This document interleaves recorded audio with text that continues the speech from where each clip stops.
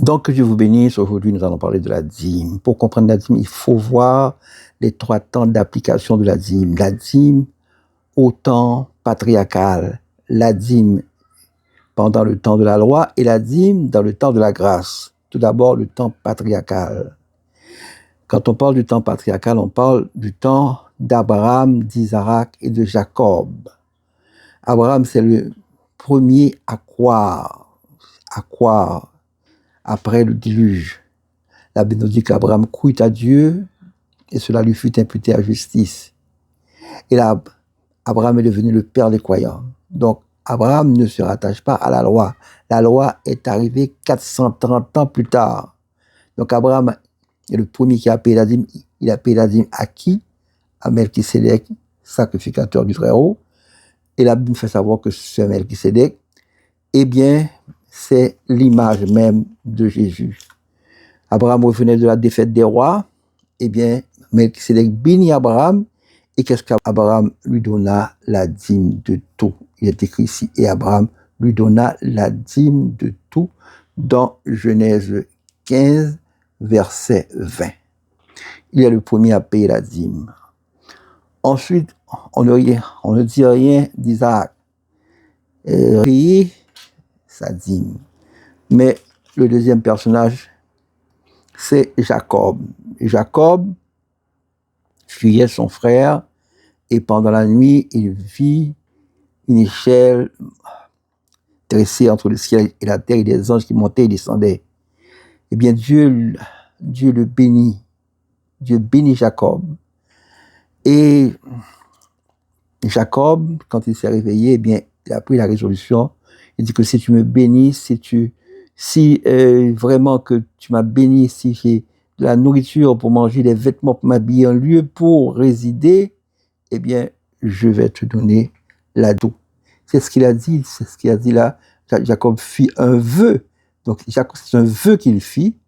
Il fit un vœu en disant, si Dieu est avec moi et me garde pendant ce voyage que je fais, s'il me donne du pain à manger et des habits pour me vêtir, et si je retourne en paix à la maison de mon Père, alors l'Éternel sera mon Dieu. Cette pierre que j'ai dressée pour monument sera la maison de Dieu.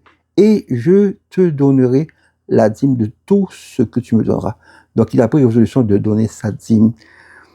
Alors, dans ces 2 dîmes, on voit que, tout d'abord, pour Abraham, c'était une dîme volontaire. Abraham était immensément riche. Abraham n'avait pas besoin de faire un vœu pour sa sécurité. Il avait tout. Donc, il a donné volontairement à Dieu.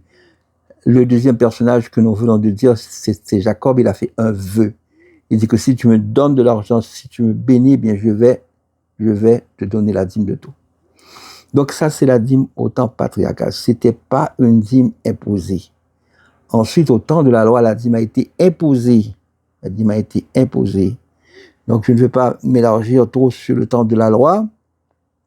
Donc, au début, on devait prendre la dîme, organiser des agapes, chanter et se réjouir, etc. Je n'aurai pas le temps pour vous donner des versets. Mais ensuite, après, dans Malachie, il est dit d'apporter à la maison de l'Éternel toutes les dîmes.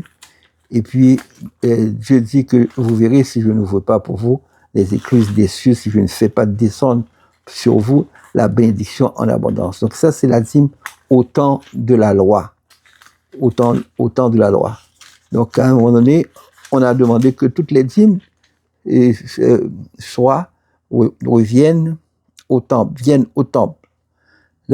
Donc ça, c'est... Alors maintenant, les gens se demandent, est-ce que les gens du Nouveau Testament ont payé la dîme? Alors, j'aimerais vous dire tout d'abord, c'est que c'est les Juifs. Normalement, étant Juifs, ils payaient certainement leur dîme. Et deuxième chose, c'est que Jésus s'est montré qu'il n'est pas du tout contre la dîme.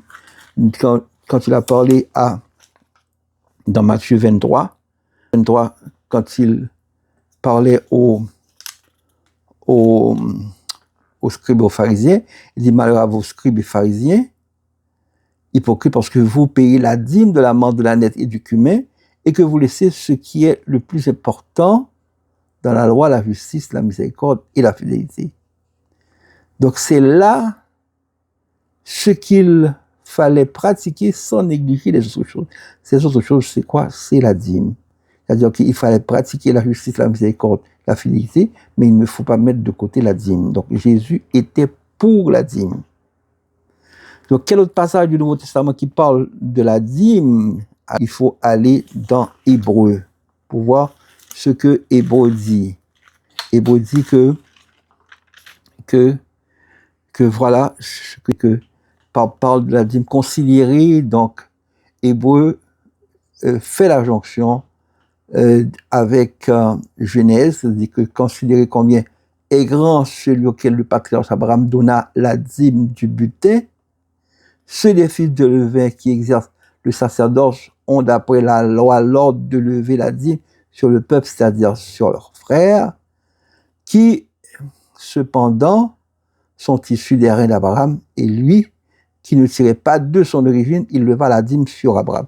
Alors là, il montre qu'Abraham a payé la dîme à qui? À Melchisédek, et puis nous montrant que Melchisédek, c'est le sacerdoce, c'est le sacerdoce de Christ, c'est dans ce sacerdoce que nous sommes. Donc si Abraham a payé la dîme à Melchisédek, et c'est pas le temps de la loi, c'est notre sacerdoce, le sacerdoce actuel. Donc on peut dire que nous autres chrétiens, on peut payer comme Abraham ou bien comme Jacob. C'est deux exemples que nous avons.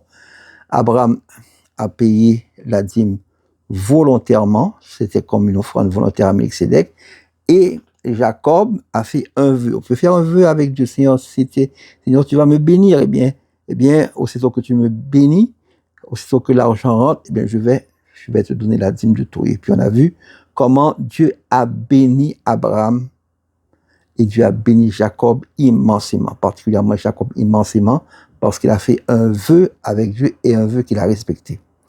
Donc pour dire que maintenant, dans le Nouveau Testament, qu'est-ce qu'il y a? La dîme, on ne peut pas imposer la dîme pour dire aux gens qu'il faut payer la dîme, mais cependant, on peut donner la dîme volontairement.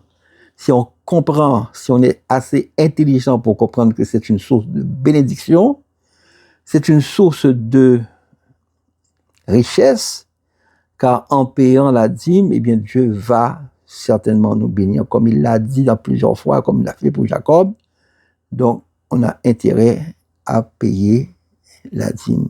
Sans imposition, si vous n'êtes pas convaincu, ne le faites pas, car la Bible nous dit que tout ce qui n'est pas le fruit d'une conviction est péché. Mais si vous êtes convaincu, si vous voulez fouiller les Écritures et que vous voyez que ce serait bon pour vous de payer la dîme, eh bien, ne ratez pas cette bénédiction.